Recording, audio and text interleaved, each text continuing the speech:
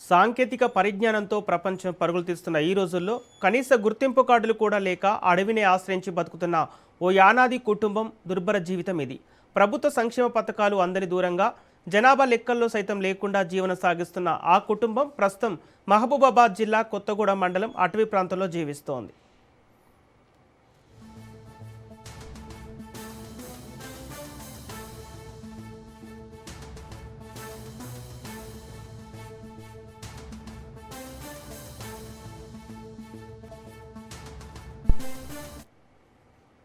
ఇది మహబూబాబాద్ జిల్లా కొత్తగూడెం మండలం చెరువు ముందు తండా సమీపంలోని పులిగొండ అటవీ ప్రాంతం.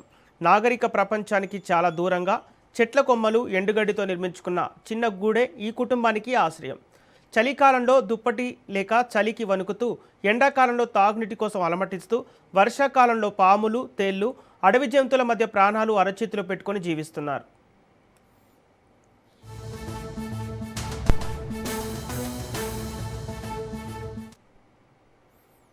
ఆకలి తీర్చేది అడవే. అడవిలో దొరికే దుంపలు, గడ్డలే వీరి ఆహారం. అప్పుడప్పుడు ఉడుములు, ఎలుకలు అడవి పిల్లలను వేటాడి కడుపు నింపుకుంటున్నారు. వరంగల్ జిల్లా చెన్నారావుపేట మండలం పాపయ్యపేట గ్రామానికి చెందిన కమలాకర్, స్వరూప దంపతులు ఒకప్పుడు గ్రామంలోనే జీవించేవారు. అయితే గ్రామంలో ఏ చిన్న దొంగతనం జరిగినా తమపైనే నిందలు మోపడంతో ఆ అవమానాన్ని భరించలేక అడవుల బాట పట్టారు. అప్పటి నుంచి అటవీ ప్రాంతాల్లో స్థావరాలు మారుస్తూ జీవనం కొనసాగిస్తున్నారు.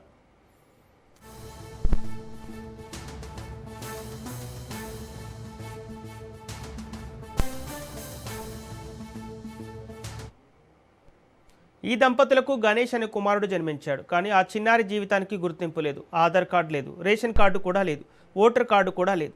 ప్రభుత్వ రికార్డులో వారి ఉనికే లేదు.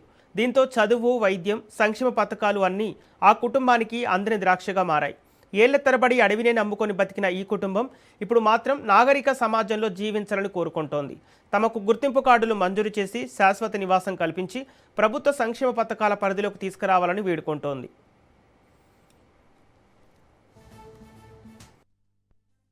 గణేష్ మాకైతే మేము మా అమ్మ నాన్న అయితే ఇప్పటికీ మేము అడవిలో బతుకుతాను. మేము కూడా పుట్టింది అడవిలే. నీ గడ్డకాయ తోకొని ఇట్నే మా ఊర్లో మీద తిరుక్కుంటా, ఇట్లా అడవిలో తిరుక్కుంటా బతాం. మా అవ్వయ్య తిరుక్కుంటా నేను ఇట్నే బతుకుతా ఎప్పటికి. ఇప్పుడు నాకు బడికి పోవాలనిపిస్తుంది.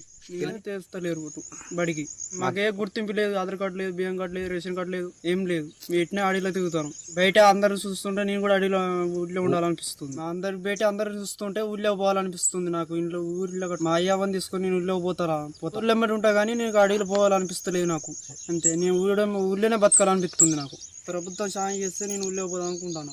నా పేరు సరూప. మాకు ఆధార్ కార్డు లేదు, బియ్యం కార్డు లేదు, మాకు పింఛన్ లేదు. వచ్చిన కాంచి గడ్డకాయ తోకొని బతాను. మాకు ఇక జ్వరాలు వచ్చిన, రోగం వచ్చిన మమ్మల్ని ఇవ్వలే, ఆడుచుకునేటోళ్ళు ఇవ్వలేరు. మాకు సూదులు మందులు పోతే గంగారం పోతాం. ఒక నిలువు ఉన్నది, ఆయన సూదులు ఎత్తాడు. సూదులు వేయంగానే ఇడికి వస్తాం. బాగా అయినాక పోతాం, మళ్ళీ గడ్డల కాయలు తెచ్చుకుంటాం, అమ్ముకుంటాం, తింటాం, పంటాం. అడవిలో ఉంటాం, అడవిలో తింటాను, అడవిలో పంటాను. బియ్యం కార్డు లేదు, ఆధార్ కార్డు లేదు, రేషన్ కార్డు లేదు, ఏది ఆధార్ లేదు. ఇదే గుడిసె. ఇక మాకు ఏం లేదు, ఒట్టిగట్టి కోసుకుంటాం, కప్పుకుంటాం, పండుకుంటాం. బియ్యం కార్డు కావాలి, రేషన్ కార్డు కావాలి, పింఛన్ పడాలి, ఇండ్లు కావాలి, అన్ని కావాలి మాకు. మేము గిట్లా బతాను, మాకు ఏం లేదు. ఇక పరిస్థితి మాది. నా పేరు కమలాకర్. సార్ బీడికి పోతే లోపలి పోతాను, తెచ్చుకుంటాను, గడ్డకాయలు తెచ్చుకుని తింటాను. బీడి కొత్త మళ్ళీ అమ్ముకుంటాను. ఇంకా కూర, కారం, ఉప్పు, గీర ఆడుకొచ్చుకుంటాను. నేను తింటాను సార్. 5-6 సంవత్సరాలు అవుతాను. ఎట్లా కిందనే ఉంటాం, వానకాలం, ఎండాకాలం అంతా. ఎంత డాకన్లకు పోవాలంటే ఒక్కడు ఉన్నాడు అక్కడ. ఇక్కడ మేము ఉన్నట్టుగా లేదు, కానీ గవర్నమెంట్కి అయితే తెలియదు సార్. ఆధార్ కార్డు లేదు, ఏం లేదు. మీకు వచ్చినా ఏం వచ్చినా మొత్తం ఇక్కడనే పడి ఉంటాం. రేషన్ కార్డు చూడలేదు సార్. గవర్నమెంట్ పట్టించుకోలేదు. ఇక్కడ మేము ఉన్న చూడలేదు సార్. ఎవరు పట్టించుకోలేదు గవర్నమెంట్. ఆధార్ కార్డు కావాలి, బియ్యం కార్డు కావాలి.